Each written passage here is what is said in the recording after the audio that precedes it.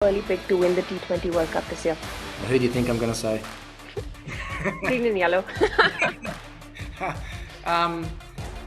Well, the reigning champions, obviously. We've got our home conditions. And I think that, that was the one thing I think that made Australia's win in the last World Cup, that, not remarkable, but that little bit sweeter for them was the fact that I think a lot of people, and me included, when they went to the UAE and the conditions that they were going to have to face on the back of an IPL, I thought that the conditions might have been the thing that might not have allowed them to win it, but they found a way. I actually think, I know England are an outstanding white ball team and an outstanding white ball setup.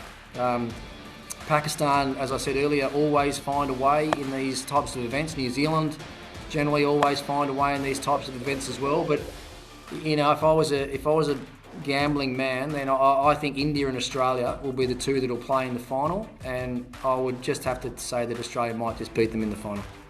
Babar fancies Pakistan's chances to go all the way during this T20 World Cup, given on how they're currently placed.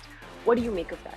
Yeah, look, I think that's a really fair assessment. They have been outstanding and for a long time. Obviously, well led. Their batting lineup's outstanding. Freedy's done an amazing job with the new ball for them. So look, there's no reason why not. But I just think if I just look at and I'm not taking anything away from Pakistan or any of the other teams, I just think the three teams on paper that look to have the most class and the most match winners would be India, Australia and England. So, and as I said, that's not discounting anybody because, I know the game too well that any of New Zealand, Pakistan, West Indies even, and we know how they tend to and love playing this game, but are probably most suited to the T20 format. So it wouldn't surprise if any of those sides I mentioned there found their way through to the final. How important do you think the Babar Mohammad Rizwan partnership will be to Pakistan's chances, and how do you think they'll go on Australian pitches? Yeah, look, those two are crucial for them. Basically to the point, and if Babar doesn't have a great tournament, I don't think they can win. That's how important he is to them.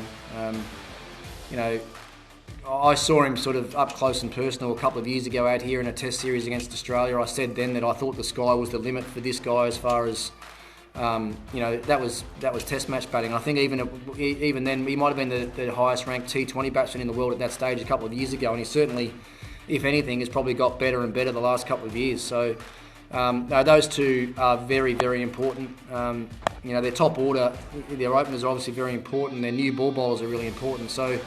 And as they've always done through the years, we've always found spinners that can play a really good role for them. Now that role of the spin bowlers in Australia might be a little bit more difficult with wickets that probably won't give them any assistance. But obviously that'll be a challenge for India as well, what they end up doing with their spin bowling combinations going into this tournament.